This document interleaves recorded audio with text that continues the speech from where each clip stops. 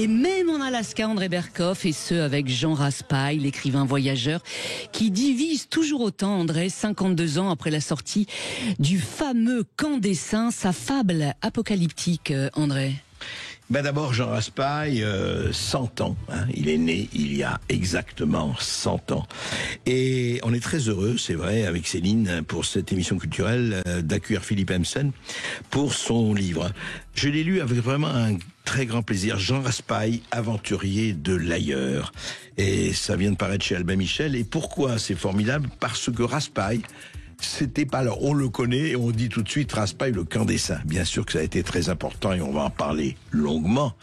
Mais Raspail, c'est le voyageur et c'est surtout l'écrivain des 18 romans, des dizaines de récits de voyage, de nouvelles, de chroniques, de textes divers et surtout la Patagonie. Moi, quand je l'ai connu, je me rappelle, il m'a donné le journal de Patagonie, les nouvelles du roi de Patagonie. On va également en parler avec Céline.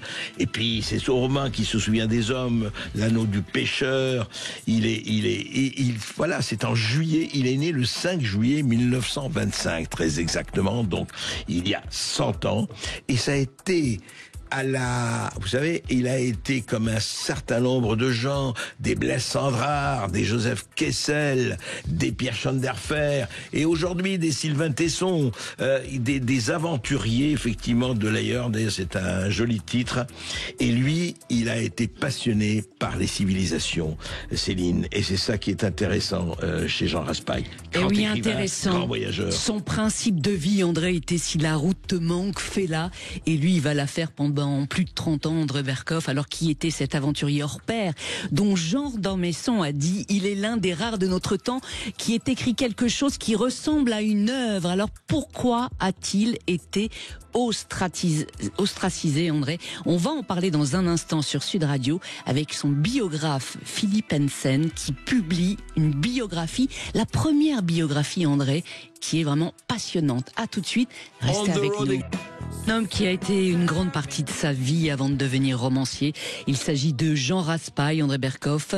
Vous consacrez une première biographie passionnante à cet immense écrivain, Philippe Hemsen. Bonjour à vous et merci d'être avec nous sur Sud Radio. Bonjour Céline, bonjour André. Bonjour André. Alors vous publiez Jean Raspail, aventurier de l'ailleurs chez Albin Michel. Observer et ressentir, comprendre que l'important est ailleurs, toujours ailleurs. C'était son credo, écrivez-vous dans ce livre. Comment son envie d'explorer le monde est-il né, Philippe Hemsen? Jean Raspail était un enfant fugueur. Et il a évidemment vécu l'occupation comme un enfermement. Et arrivé la libération, ça a été dans tous les sens du terme pour lui une libération, dans la mesure où il a pu s'ouvrir au monde, partir loin. Ça ne s'est pas fait tout de suite, mais sa formation de scout le poussait en quelque sorte à partir au loin. Et il fait souvent, très très souvent allusion dans son œuvre à un film qui l'a beaucoup influencé parce qu'il correspondait un peu à sa situation d'enfant né donc avant-guerre, qui avait connu enfant, adolescent la guerre et qui aspirait à partir au loin. C'était ce film de Jean Becker, Rendez-vous de juillet. Oui, c'était sur Saint-Germain-des-Prés. C'était l'époque de Saint-Germain-des-Prés. À la Libération, oui. Oui, et un groupe de jeunes gens qui voulaient partir au loin. Il faut se représenter. À l'époque, on perd un petit peu de vue aujourd'hui le fait que dans la société à l'époque, il y a pas de télévision, il y a le cinéma tout de même, encore moins d'internet. Donc, on n'est pas dans une société de l'image, et on est dans une société où on imagine. Eh oui, et à propos de ce film, justement, 56 ans après la sortie de ce film, je rappelle, ce film était sorti en 59, Jean Raspail dira: ce film, c'était nous, c'était moi, ceux qui voulaient changer de vie et non changer la vie, ceux dont nous fichions complètement la nuance et d'importance. Oui, oui. Ouais. C'était pas du tout un homme engagé. Enfin, il ne voulait pas, s'engager du tout en politique à l'époque. C'était vraiment changer de vie, sortir de cette vie bourgeoise qui ne le satisfaisait pas. Il était fils de bourgeois lui-même. Ah oui, tout à fait. Son père était un grand bourgeois, puisque il avait été responsable directeur des mines de la Sarre pendant l'occupation de la Sarre. Donc après, famille aisée, très aisée. Il raconte très bien que quand ils allaient à l'école, tout petit garçon, il y allait quelquefois en tricycle, et il y avait la grosse voiture avec chauffeur qui roulait tout doucement derrière lui. Donc vraiment, on est dans un autre monde. Là, on est dans un monde d'autant plus intéressant qu'il a pris des risques après, mais on en reparlera. Et c'est vraiment, effectivement, c'est vraiment le scoutisme qui a structuré cet enfant à l'esprit rebelle, en quelque sorte. Oui, son père ne savait pas, son père, donc grand bourgeois, homme qui était né au 19e siècle, ne savait pas tellement quoi faire avec ce gamin qui fuguait des journées entières. Il disait qu'il allait à l'école. En fait, il allait se balader dans tout Paris pendant toute la journée. Il séchait l'école. Ah oui, totalement. Et même à la fin de la guerre, il faisait partie de la défense passive. Et donc, il était très heureux à chaque fois qu'il y avait une alerte parce qu'il mettait son casque, il prenait son masque à gaz, et puis ça lui permettait de sortir de l'école vite fait, bien fait, et d'échapper au cours. Mais c'était une crapule un peu. Hein. Et le scoutisme vient vraiment donner ce fameux sens du rite. Et donc le scoutisme l'a structuré, lui a donné une structure qu'il n'avait pas. Lui a permis de devenir d'abord lui-même en tant que jeune garçon, et puis lui a appris à se débrouiller tout seul, et aussi à avoir des relations saines avec les autres garçons de son âge, parce qu'il avait du mal à se faire des petits camarades, dans la mesure où, encore une fois, il était issu d'une famille où on ne fréquentait pas n'importe qui, et donc il avait du mal à se fréquenter. Il vivait à Paris à l'époque. Il vivait à rue Franklin. Ses parents... 16e arrondissement. Voilà, tout à fait. Oui. Et il est resté, il a fait plusieurs écoles dans le coin. Est-ce que ça a été son service militaire, le scoutisme, un peu, enfin... Un petit peu, alors oui, il n'a pas fait son service militaire puisqu'il était de la classe qui n'a pas fait son service militaire. Oui, c'est intéressant à l'époque, Mais oui, ça a été un petit peu son service militaire, mais plus que ça, dans la mesure où le scoutisme à l'époque était très très lié à l'Église catholique. Et Jean était très très croyant à l'époque. Oui, à l'époque, parce qu'après il va s'en éloigner de la religion. Quand il va quand il va commencer ses premiers voyages, tout à fait. Mais à l'époque, il était... Ah oui. Et donc, c'était un peu un apprentissage de la discipline, quelque part. C'était un apprentissage de discipline, et puis il aimait... c'était un peu un meneur d'hommes. Il aimait bien, il disait souvent que l'altruisme ne l'intéressait pas, à la limite, mais c'était le fait d'aller chercher, par exemple, pendant l'occupation, il l'a fait, même si le scoutisme était interdit, il est allé chercher des gamins des rues dont les parents ne s'occupaient pas, et loin de sa famille. Hein. Il est allé dans le nord de Paris, à l'autre bout de Paris, pour les aider à s'en sortir. Donc il leur donnait des cours de français, il leur donnait en quelque sorte aussi des cours de scoutisme, donc pour apprendre à se débrouiller dans la nature, ce genre d'activité, de manière à les en sortir. Alors sa première expédition, il la fera en 1949 sous l'égide donc du scoutisme, avec 3 coéquipiers. Ils vont refaire le parcours effectué par un jésuite en 1746, effectivement le père Marquette. L'idée c'était donc de rejoindre en canoë le Mississippi à partir du Canada, soit 5000 km en canot, mais aussi parfois à la force des bras. Mais pour l'époque, c'était un sacré défi. Ah oui, c'était une épopée absolument invraisemblable, d'autant plus qu'il faut s'imaginer, encore une fois, qu'on est en 1900... il a 24 ans. Il a 24 ans. Il n'y a pas de communication. Ça veut dire qu'ils partent avec leurs 2 canots, sans être suivis par des satellites, sans pouvoir communiquer avec quiconque, avec une somme d'argent dérisoire, tellement dérisoire que les Canadiens leur donnent à manger, leur donnent des cigarettes lorsqu'ils s'arrêtent dans des villages, parce qu'ils se rendent compte que ces 4 jeunes gens n'ont vraiment strictement rien. Mais par exemple, excusez-moi, c'est intéressant ça, qui a financé le voyage au Canada ? Alors, c'est des trois coéquipiers. Ils ont trouvé de l'argent à droite, à gauche. Ils se sont fait un petit peu aider par les scouts. Et il y a surtout un prêtre canadien qui les a pris en charge. Et à l'époque, l'Église québécoise était extrêmement puissante et riche. Et c'est même ce prêtre qui a fait construire les canaux par une entreprise, l'entreprise Cadorec de Trois-Rivières, et qui leur a offert les deux canaux. Oui. Donc, l'esprit d'entreprise, l'esprit d'aventure. Oui. Au cours de ce périple, il va découvrir d'anciennes réserves indiennes, notamment le fameux village de Sagonic. Et c'est dans ce lieu, vous dites que sa vocation d'écrivain est née. Mais comment s'est-elle révélée à lui ce jour-là? D'abord, Sagonic est un village fantôme. Même à l'époque, quand ils y sont allés, c'était déjà un village fantôme que j'ai eu énormément de mal à situer sur les rives du lac Huron. Et c'était donc un ancien village indien. Et quand ils y sont arrivés, au cours de leur périple en canot, ils s'y sont arrêtés en imaginant pouvoir trouver une tribu d'Indiens qui était là. Évidemment, quand ils sont arrivés, ils ont trouvé un village abandonné, abandonné. Donc ils sont un petit peu restés. Et puis à un moment, Jean est parti tout seul. Il a laissé ses 3 camarades derrière lui. Il est parti tout seul dans la forêt, avec l'espoir peut-être que des Indiens étaient là, cachés, à les observer. Et en fait, c'est qu'il a découvert, c'était la puissance de l'imagination à ce moment-là, parce qu'il s'est retrouvé devant une forme de vide, d'une certaine manière, mais compensé par sa propre imagination.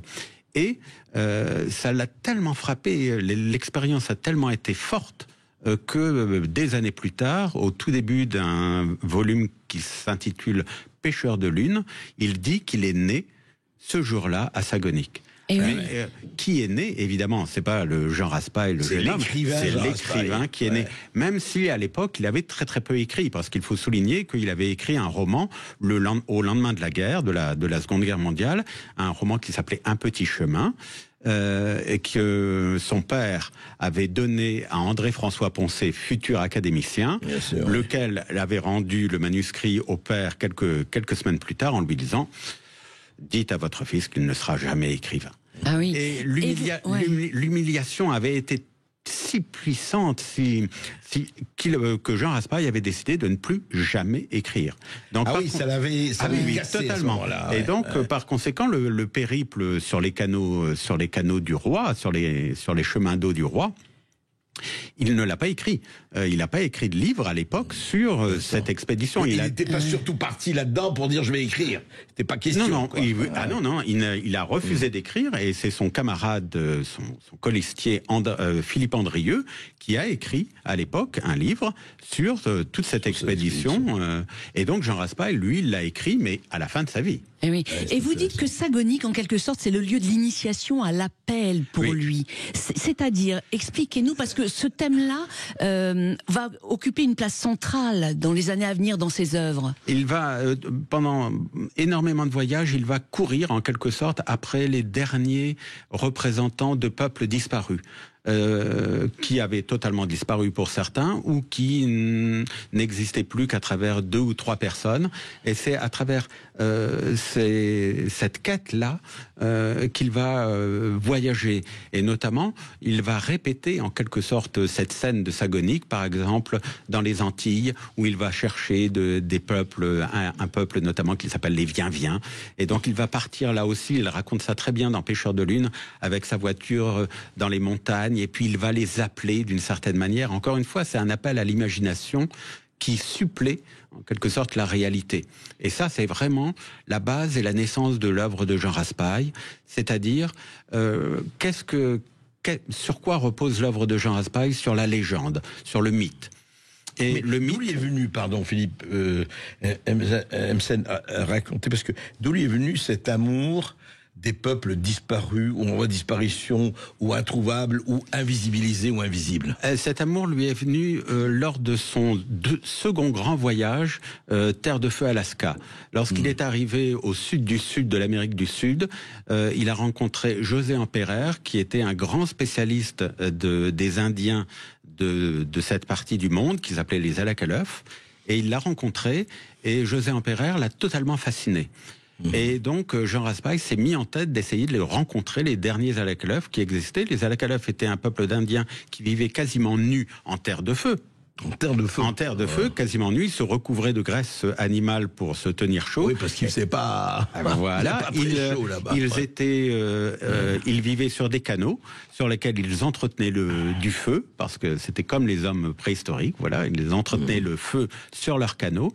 Et ils allaient pêcher des moules, des grandes moules sous l'eau, nus également. Et en plus de ça, Kaweskar, c'est leur autre nom. Alakalov, c'est un des noms. Kaweskar, l'autre nom, qui veut dire homme. Oui. Mais pourquoi ce peuple a disparu alors? Il a disparu parce qu'il a été absolument saisi le jour où ils ont vu des bateaux arriver, les bateaux des grands navigateurs, des grands découvreurs, et se sont rendus compte qu'ils n'étaient pas les seuls hommes sur Terre. Donc ça les a déjà saisis totalement, et par la suite, on a voulu évidemment les habiller, etc. Habiller des Indiens avec de la laine dans ces régions extrêmement humides et froides, vous obtenez des maladies qui se sont répandues et ils sont morts petit à petit. Ils se sont aussi laissés mourir d'une certaine manière. Ah oui. Et donc c'est au cours de cette deuxième expédition, effectivement, Terre de Feu Alaska, qu'il va vraiment avoir, on peut le dire, un coup de foudre pour la Patagonie. Totalement. Il va avoir un coup de foudre pour la Patagonie pour deux motifs. Le premier motif, c'est d'abord le fait que Jean Raspail, et on va y revenir à propos du camp des Saints plus tard, déteste la masse, déteste le monde en masse.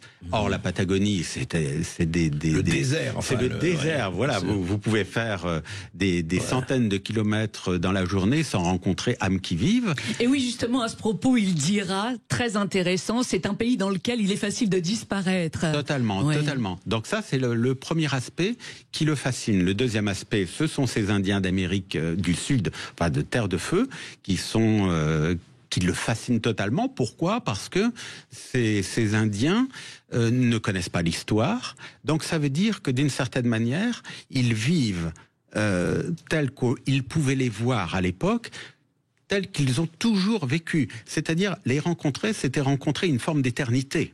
Oui, c'est ça.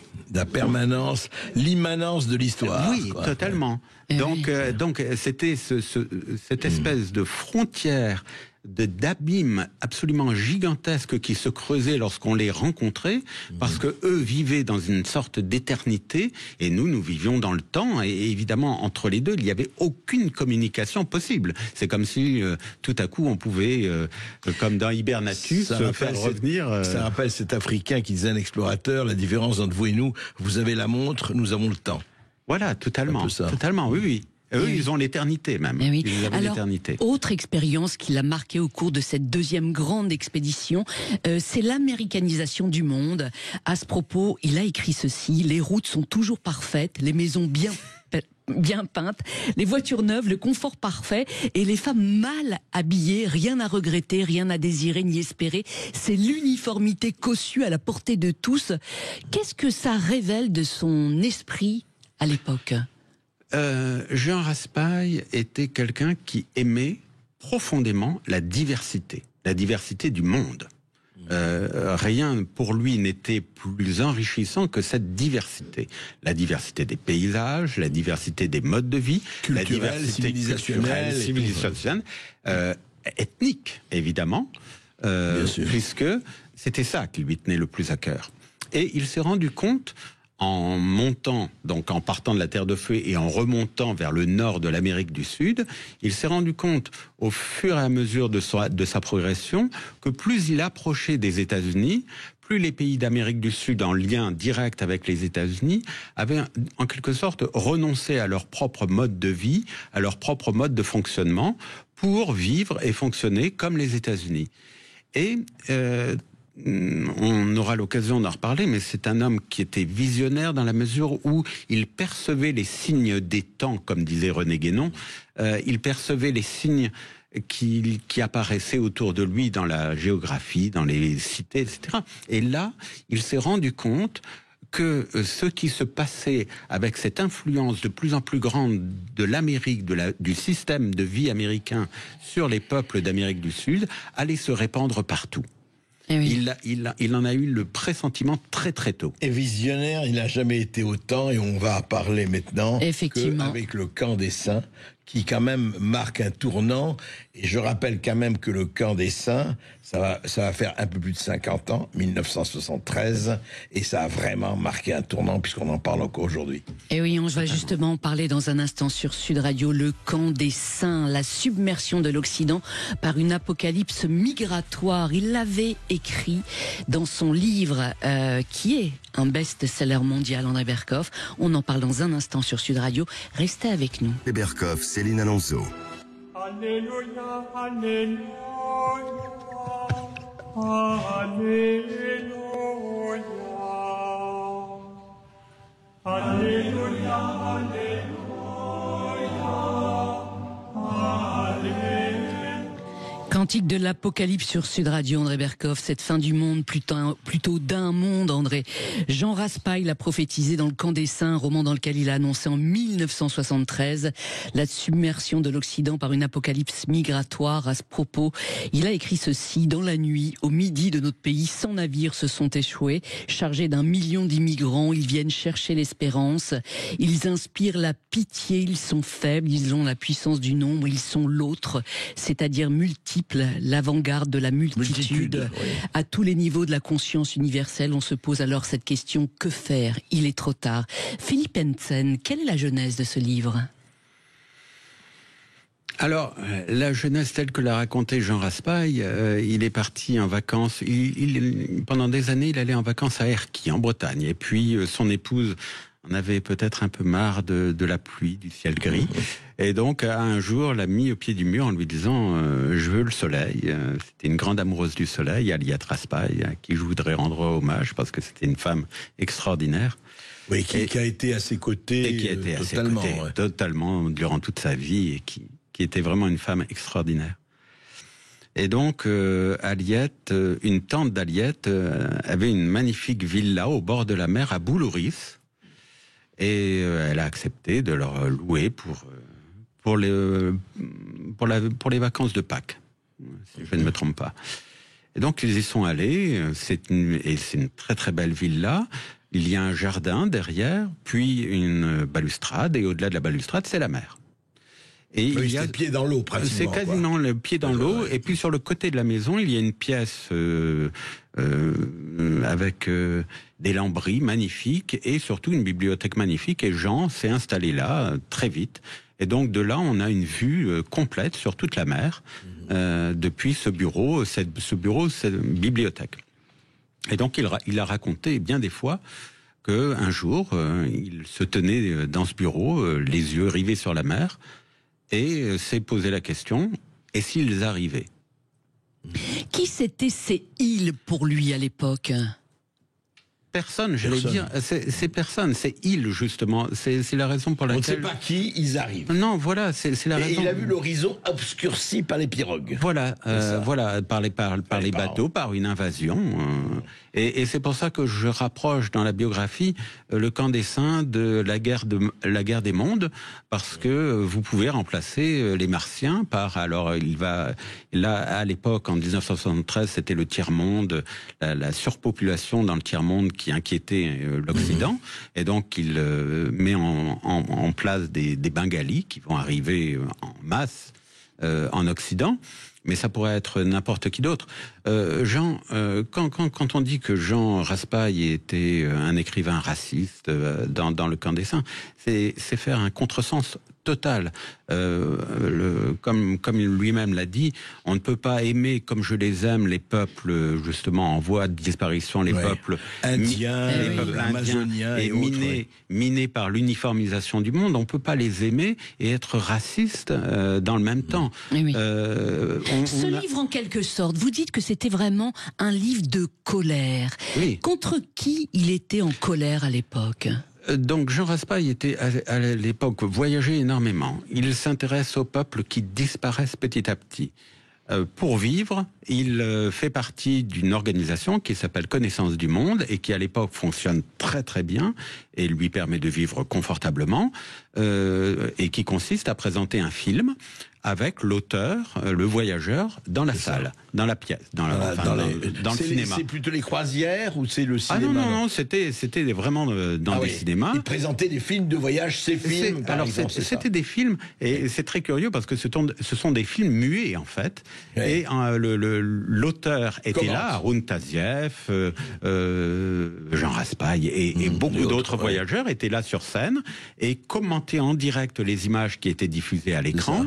Et puis de temps en temps tourner un bouton pour mettre la musique. D'accord. Ou et puis on discutait. Voilà. Et ensuite, après la projection, l'auteur venait présenter son livre. En règle générale, il avait écrit un livre, le dédicacé aux spectateurs qui étaient venus le voir. Et donc c'est quelque chose qui lui permettait d'abord de vivre confortablement et deuxièmement l'amener à traverser, à aller dans toute la France et même à l'étranger, en Suisse, en Belgique et au Québec, présenter donc ses conférences Connaissance du monde.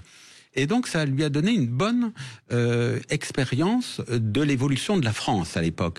Or, vous savez bien, quand vous voyagez, même quand vous partez en voyage à l'étranger pendant quelques semaines et que vous rentrez en France, votre regard sur votre environnement habituel est beaucoup plus aiguisé. Vous vous rendez compte de ce à quoi vous ne prêtez pas attention tous les jours. Lui partait pendant des mois en voyage, revenait en France, préparer son livre et ses conférences, puis voyager, et là, regarder autour de lui. Et la France qu'il a vu émerger petit à petit dans les années 60-70 ne lui plaisait pas du tout, parce qu'il a vu la France, donc, s'uniformiser, s'américaniser, renoncer à ce qu'elle était au fond. Donc il était vraiment contre les Français, en quelque sorte, leur abdication. Alors, pas contre les Français. Contre la masse. Il était contre l'évolution de la société telle qu'il la voyait dans les années 70.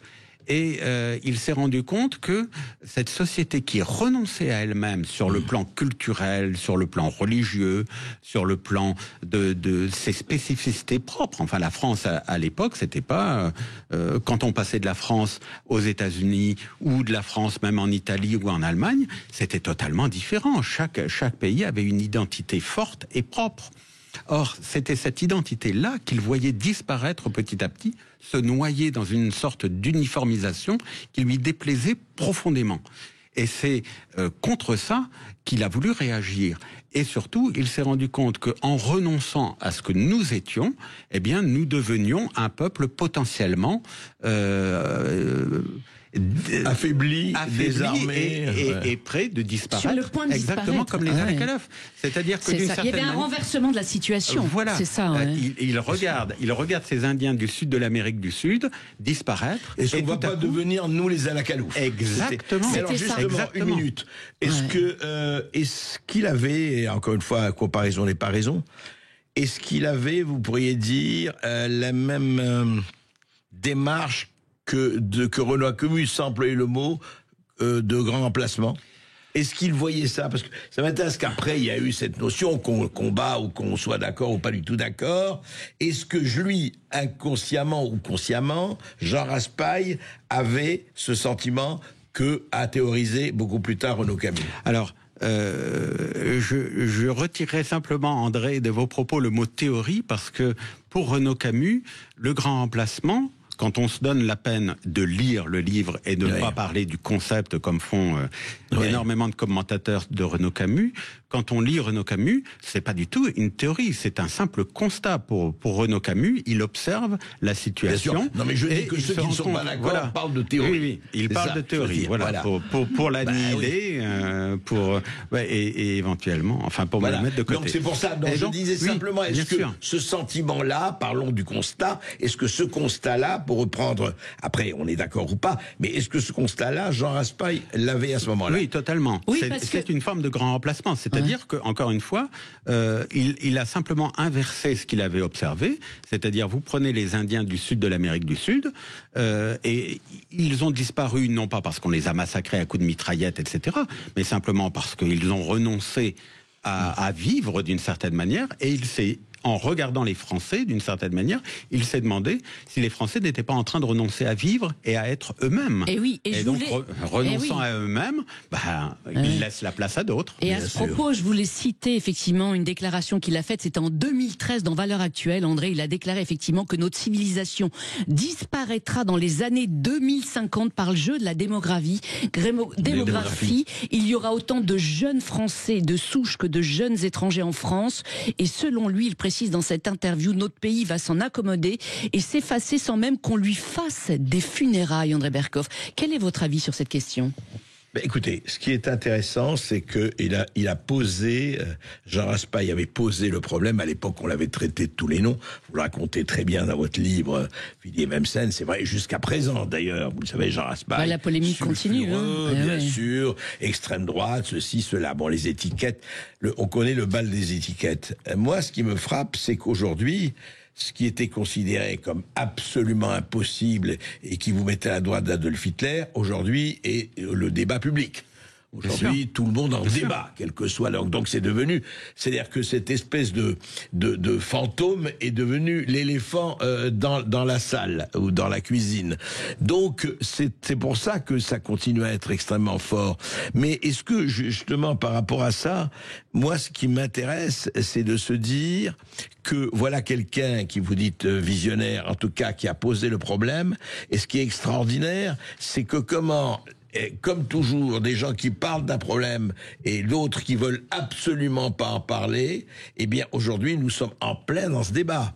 Et on l'a vu encore, juste un mot sur le rapport paru hier par Retailleau sur le frérisme. C'est-à-dire ceux qui disent mais non, mais c'est pas vrai, ça existe pas, vous amalgamez, vous stigmatisez, et les autres disent non, faut en parler. On a l'impression qu'on est encore dans du Raspail, là. Oui, parce qu'on est dans une société où j'ai un peu peur que les écrans, au sens propre du terme, fassent écran à la réalité. On refuse de voir le réel. Raspail était un géographe. C'était un homme qui, justement, était très précis dans ses descriptions. Quand on regarde ses romans, il décrit toujours très très bien le réel. Tellement bien, du reste, que quelquefois, ses lecteurs se sont pris au jeu de vouloir suivre ces personnages dans la réalité. Donc, pour vous dire qu'il regardait les choses, on aura l'occasion d'en parler ensuite avec son voyage par exemple au Moyen-Orient, où là aussi il s'est montré totalement visionnaire de ce qui allait se passer en Israël, avec les Palestiniens et en Israël. Et oui, vous dites même, j'insiste, vous dites que 8 ans avant la guerre des 6 jours, il a annoncé ce conflit avec une exactitude fort troublante, écrivez-vous. Totalement. Comment a-t-il pu l'anticiper? Racontez-nous. Ça, c'était son côté visionnaire, justement. C'était le fait qu'il avait cette capacité de regarder le réel et d'imaginer ce qu'il y avait au-delà. De regarder au-delà de la ligne d'horizon. La lucidité. Oui. Là où j'aimerais revenir un instant sur le camp des Saints, c'est le fait que, là encore, quand on accuse Jean Raspail d'être raciste à propos de ce livre, là encore, c'est un faux procès, dans la mesure où Jean ne dénonce pas ceux qui arrivent, ne dénonce pas les millions de Bengalis qui arrivent du Bengale pour venir. Pourquoi? Pour venir pour vivre. Il ne les accuse pas. Ceux qui l'accusent, ceux avec lesquels il est le plus virulent dans le camp des Saints, ce sont les Français qui enfuient et qui renoncent. Totalement. Et c'est en cela que c'est aussi un roman prophétique d'une certaine manière, parce qu'il nous dénonce, il dénonce notre propre veulerie. Oui, il disait de ce roman, effectivement, que ce roman a été un succès pour lui, mais aussi une casserole. Ça a porté préjudice à sa carrière de romancier après? Ah, totalement.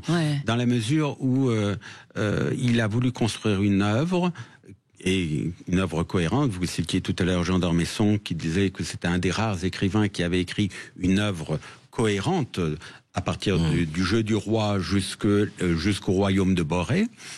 Et le camp des Saints. Alors, Jean Raspail n'a jamais été un auteur de best-seller, mis à part pour le camp des Saints. Et donc, par conséquent, c'est un livre qui l'a fait connaître. qui lui a apporté une certaine notoriété, mais pas forcément dans le monde littéraire. Est-ce qu'il a été stupéfait de ce succès ? Pas vraiment, dans la mesure où, au départ, en 1973, ça n'a pas été un immense succès. Le succès est venu avec les années. Donc, évidemment, avec l'évolution de la société, mais également parce que le livre s'est prêté, les gens l'ont lu, et puis il s'est petit à petit développé, et donc c'est devenu petit à petit un best-seller jusqu'à la dernière édition qui a été... Oui, à propos de prêter, justement, pourquoi je suis étonné qu'il se soit prêté? J'ai lu la version où il disait voilà ce que je pourrais plus publier après lecture de l'avocat. Il s'est prêté, en tout cas, il a à un certain nombre de coupures. Oui, il a remanié le texte à plusieurs reprises. Après. Alors, il a lors de la deuxième republication du Camp des Saints, il a effectivement coupé énormément le texte pour des raisons littéraires, principalement. Pas du tout de contenu. Non. Enfin, oui et non. Dans la mesure où, lorsque le livre a été republié, il avait déjà commencé sa carrière littéraire, donc après Le Jeu du Roi. Et donc, il s'est rendu compte que le livre était trop polémique, donc il a voulu un petit peu le rendre plus littéraire que polémique. Donc, il a coupé à ce moment-là. Troisième réédition, là, il a rétabli tous les passages, à l'exception d'un chapitre, qui est pas un très bon chapitre, qui se passe en Union soviétique, etc. Mais là, il a rétabli tous les passages qui manquaient. Et la dernière réédition, avec la fameuse préface Big Other, qui a fait tant de bruit. Big Other, le grand autre. Voilà. Et là, il a laissé absolument le texte tel qu'il était à l'origine, à l'exception de ce chapitre qui n'était pas très bon. En tout cas, Le Camp des Saints restera de toute façon comme un des livres.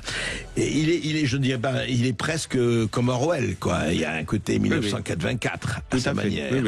Et oui, en tout cas, Jean Raspail a laissé une œuvre riche de plus de 30 livres et d'une quinzaine de romans, André Berkoff, notamment ce fameux La Miséricorde, un livre qui s'inspire d'une histoire vraie, celle d'un curé qui, dans les années 50, a tué sa maîtresse et l'enfant qu'elle portait de lui. Tout le talent de Jean Raspail est dans cet ouvrage puissant. On va en parler dans un instant sur Sud Radio. Sud Radio, Radio La Culture dans tous ses états. André Berkoff, Céline Alonso. Ta miséricorde, tu es celui qui nous sauve. Et oui, La Miséricorde, eh bien, c'est l'un des grands romans de Jean Raspail dans lequel il raconte l'une des plus grandes histoires criminelles françaises de l'après-guerre, à savoir l'affaire du curé Duruf, André Berkoff, qui a tué sa maîtresse et l'enfant qu'elle portait, l'enfant du péché, selon lui. Dans les années 50, eh bien, ce drame a foudroyé l'église, Philippe Hensen. En quoi ce livre se détache de l'œuvre romanesque de Raspail? Oui, surtout qu'il ne s'agit pas de peuple en voie de disparition et autres. C'est pas du tout ça. Non, c'est extrêmement étonnant. Alors, je connaissais l'existence de ce livre parce qu'il m'en avait parlé bien avant son édition. Et c'est un livre qu'il a commencé au tout début de sa carrière littéraire, donc vraiment à l'époque de son voyage au Japon. Il a écrit une quarantaine de pages mettant en scène des prêtres et ce prêtre criminel qui était en prison. Et puis, il s'est arrêté. C'était quelque chose qui était très différent de tout ce qu'il a... Pas d'épopée, pas d'évasion, pas de grand voyage. Le contraire, j'allais dire, de tout ce qu'il avait écrit. Donc, il a mis ça dans un tiroir. Et puis, dans la dernière partie de sa vie, après s'en être éloigné, il s'est de nouveau rapproché de la religion à travers plusieurs personnalités ecclésiastiques, dont en particulier Don Gérard, qui a été le fondateur du monastère du Barou, dans le sud de la France, qui était à une encablure de la maison que Jean Raspail occupait à cette époque-là, à Sablé. Donc il vivait principalement dans le sud de la France, et Sablé est à 30 km du Barou. Donc il est très souvent allé au Barou et a rencontré Don Gérard, prêtre parmi d'autres qui l'ont influencé et qui l'ont encouragé à reprendre ce roman dont il leur a parlé. Donc il a essayé. C'est ce roman-là. Et c'est ce roman-là. Il a essayé. Miséricorde. Voilà, là, il a essayé, mais il y a deux choses qui l'ont arrêté de nouveau. D'abord, il trouvait que c'était un petit peu artificiel de parler, de mettre en scène des prêtres, le monde ecclésiastique qui lui était très étranger. Il avait longtemps rêvé d'un autre roman, un roman de flibustier, un roman de marine en quelque sorte, qu'il a renoncé aussi à écrire parce qu'il estimait qu'il n'avait pas suffisamment de connaissances dans le domaine de la marine pour pouvoir l'écrire, et donc que c'était artificiel. Et là, il a eu la même réaction en disant toujours mais comment il est retourné alors au curé du Ruf? Par hasard ou par quoi? Franchement. Parce que ça lui posait beaucoup de questions. Ouais. Ça lui posait la miséricorde, c'est le pardon de Dieu, et le pardon pour un prêtre qui a tué une femme, qui a tué son bébé dans des conditions absolument abominables. Comment la miséricorde de Dieu peut-elle s'exercer sur un tel criminel? C'était ça qui le fascinait. Oui. Pourquoi il n'a jamais réussi à achever ce roman? Donc, parce qu'il disait, n'est pas Bernanos qui veut. Ouais. Ça, c'était la première chose. Et la deuxième chose, parce que ça nécessitait de sa part beaucoup d'introspection. Or, ce n'était pas un écrivain d'introspection. Et à partir d'un certain moment, cette introspection lui est devenue absolument impossible. Donc, il a publié le roman en l'état, comme il le disait lui-même, 40 pages encore, et le roman était terminé. Ouais. Ah oui, en tout cas, il a mis 30 ans à l'écrire. Il nous reste très peu de temps avant de rendre l'antenne. C'était sa symphonie inachevée. C'était sa symphonie inachevée, totalement. Totalement. Philippe Ensem, quel conseil de lecture pouvez-vous donner aux auditeurs de Sud Radio qui souhaitent lire ou relire Raspail? Je dirais que pour rentrer dans l'œuvre de Raspail, on peut commencer par ses chroniques romanesques. Par exemple, le jeu Pêcheur de lune. Pêcheur de lune est un volume qui raconte une partie de ses voyages, mais de manière romancée. Il y a également Septentrion, qui est un très grand roman, un roman fantastique. Il y a L'île bleue, merveilleux roman sur l'enfance. Et il y a les Pickendorf, bien entendu, L'anneau du pêcheur, et puis je signalerai le dernier livre qui a été publié sous son nom, qui est Petits éloges de l'ailleurs, dans lequel on retrouve tout un ensemble de textes qu'il a écrits au cours de toute sa vie et qui brosse un portrait en creux de Jean Raspail. Car il a été journaliste aussi, ne l'oublions pas. Il a fait chroniqueur. Voilà, on n'a pas le temps de tout dire, mais ça a été un grand reporter et un journaliste. Sandrard, Kessel et compagnie. Et oui, Sylvain Tesson, qui était son ami, dira à sa mort, il est allé voir au ciel si ses rêves y étaient et si le paradis était aussi vivable que la Patagonie. Philippe Ensem, merci d'être venu sur Sud Radio. Je rappelle que votre livre, Jean Raspail, Aventurier de l'ailleurs, qui est préfacé donc par Éric Orsena, est paru chez Albin Michel. Tout de suite, vous retrouvez Brigitte Lahaie sur Sud Radio. Sud Radio.